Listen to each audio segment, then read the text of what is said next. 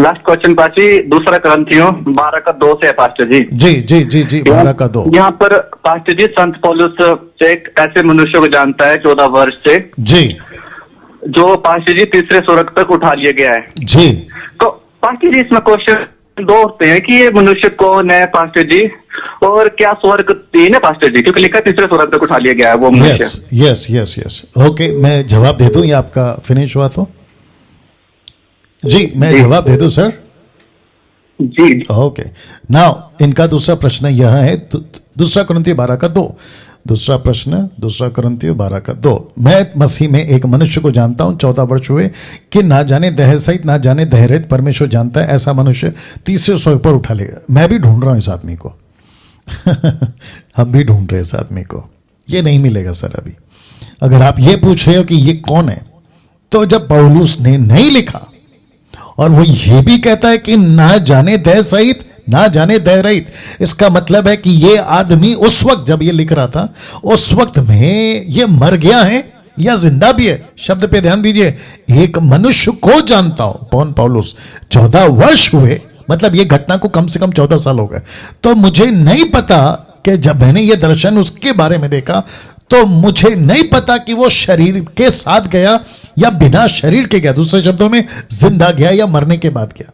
वो व्यक्ति ने देखा, उस व्यक्ति ने देखा। कई लोग गलती करते हैं कि पौलुस ने 3 स्वर्ग देखा। नहीं नहीं नहीं नहीं, उस व्यक्ति ने देखा, उस व्यक्ति की जिक्र पौलुस कर रहा है यहां पर। तो पौलुस कहता है मुझे नहीं मालूम, फिर इतना तो कहता है कि ऐसा मनुष्य तीसरे स्वर्ग पर उठा लिया गया। फिर वचन कहता है कि ना जाने देह सहित, वचन 4 कहता है कि स्वर्ग लोक पर उठा लिया गया। तो इसका मतलब क्या है? आपने पूछा क्या वाकई में 3 स्वर्ग हो सकते हैं? हमको क्या लेना देना?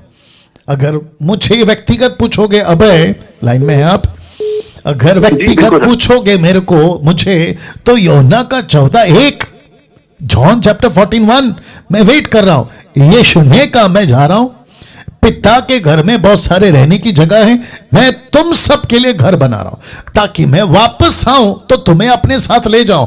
आखिरी लाइन कहता है कि जहां मैं रहूं वहां तुम भी रहोगे। और इसी को प्रकाशित वाक्य 22 अध्याय में देखते हैं कि ऊपर से यरूशलेम नीचे उतर रहा है, जो यीशु की दुल्हन है। तो मुझे तीसरा स्वर्ग, चौथा स्वर्ग, सातवां स्वर्ग, दूसरा स्वर्ग, स्वर्ग लोक कोई दिलचस्पी नहीं है।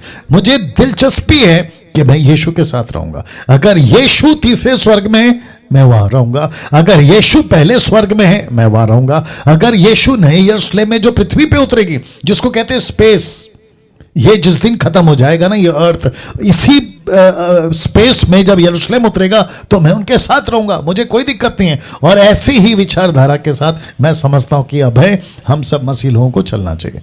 जी जी, thank you so much pastor ji. या जी, हमारी काफी पास्टर नॉलेज मिल रही है हमें। और थैंक यू पास्टर जी, मैं एक बात बोलना चाहता हूँ जी। वो पास्टर जी आपके अगेंस्ट में वीडियो बनाते हैं या पाते हैं अपनी चैनल में जी, तो पास्टर जी मैं उनका थैंक यू इसलिए करना चाहता हूँ क्योंकि जितना पास्टर जी वो आपको बोल रहे हैं उससे कहीं ज्यादा पास्टर जी आपका स्वर्ग में नाम बढ़ रहा है, आपका फल बढ़ रहा है पास्टर जी। या thank you Abhay, thank you, God bless, God bless, God bless.